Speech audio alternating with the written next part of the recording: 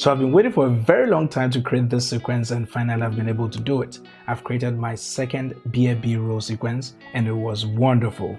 Let's roll it.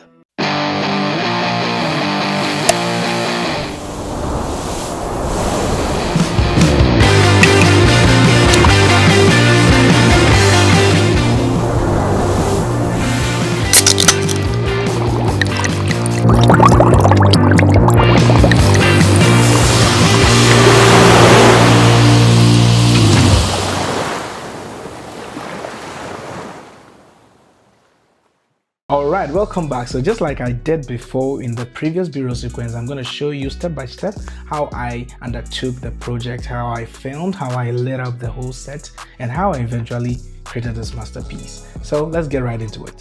So let's talk about the lights first of all. I had 4 lights in all. I had 2 LED panels, 1 ring light, and an SL60W spotlight from Godox. And all these lights were working hand in hand. Along the way, I had to take some out to be able to concentrate more of the energy of one light on one surface and bounce other lights against the background exactly when the need arose. So that's how I did it. There was just a table with a black sheet of glass, which is quite thick. I wouldn't really call it a sheet of glass, but yeah, it is flat and it's, you know, quite huge.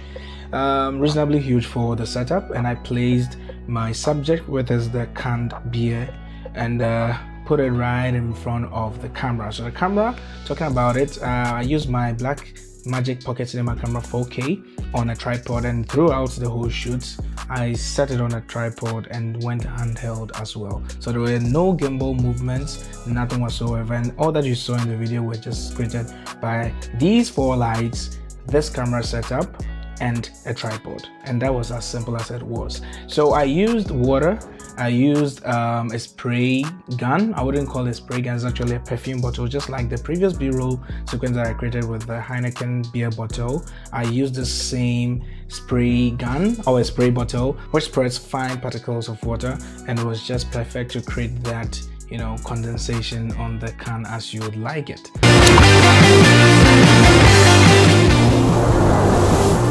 And of course, I couldn't do this alone. I had to have a pair of hands. I had a brother in the house, and so he gave me a hand, and I was able to think heavily on the shot sizes as he aided in the light positioning, the spraying, as well as, you know, the overall movement if I needed something to be moved as I shot.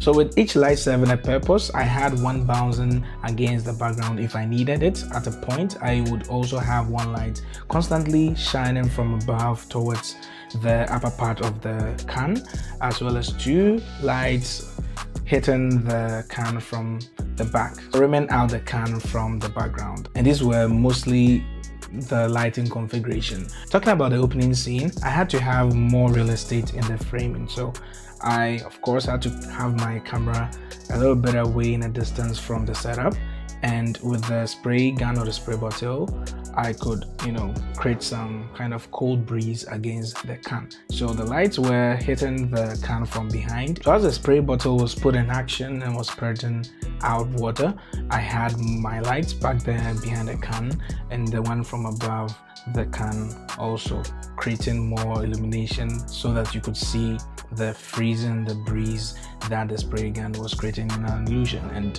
this is actually how I created that.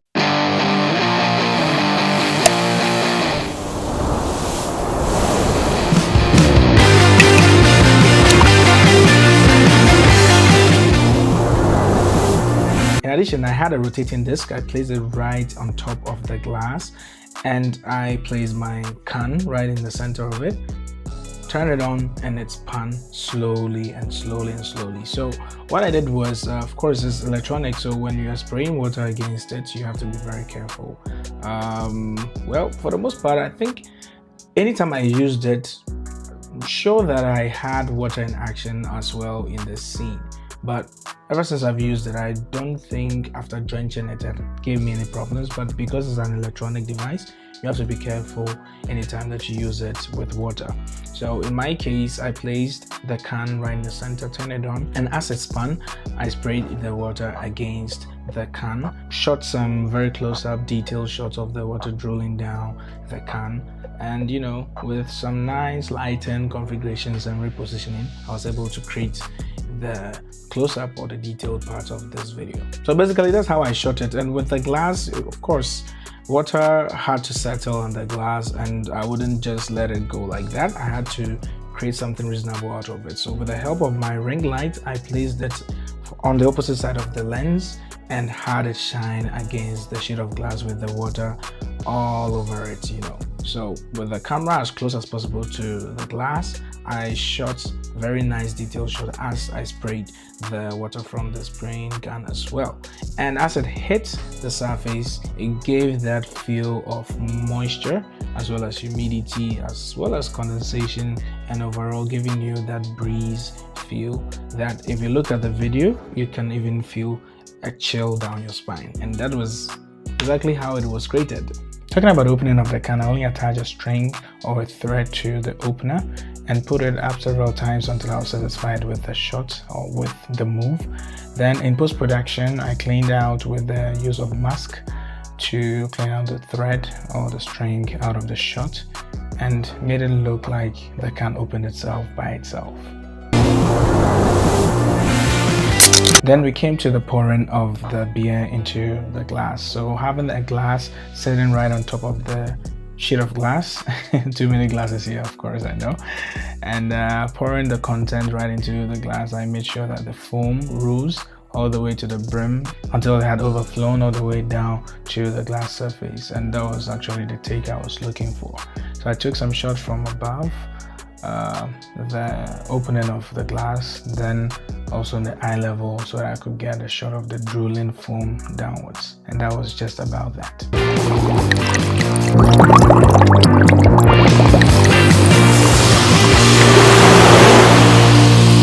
And basically this is how I shot my second B-roll sequence, and I must confess I didn't spend too much time like I did with the previous one, because I would say probably I had much more experience with the first, and now, you know, putting it all into this one gave me, of course, much better ideas. So I was able to efficiently complete this task within just a matter of hours. And that was exactly how it was. Of course, all this wouldn't have come without research. You need to research so that you can, you know, have more ideas as to what you can add on to what you know previously, because with what I shot before of the bottle, I could add a bit of, you know, ideas with what I looked up on the internet. I looked up at pictures, I looked up at videos on YouTube, and it gave me more ideas about how I was going to be able to transform all the things that I had in my head, put it all together, blend it up, put my spin to it, and make it unique and stand out and make it better than probably all that I have seen so far. And I believe I did a wonderful job. I don't know about you, but to me, I'm quite satisfied. And of course, with the subsequent ones, I'm going to look forward to make it even better than what I have been able to achieve. And I throw it to you that anything that you have around you, whatever it is, you can create a very interesting B-roll sequence out of that. Just put it to the test, light up some few lights, you know, have a setup, put it there, just create anything that can come off your head, and trust me, as you keep on doing it, you're going to get better eventually. So that brings me to the end of the video. If you enjoyed it, please give it a thumbs up and subscribe to my channel if you haven't. Turn on the post notification button so that you'll always be notified of future videos anytime I upload them right here on my YouTube channel. And of course, until the next video, have a wonderful day. See ya.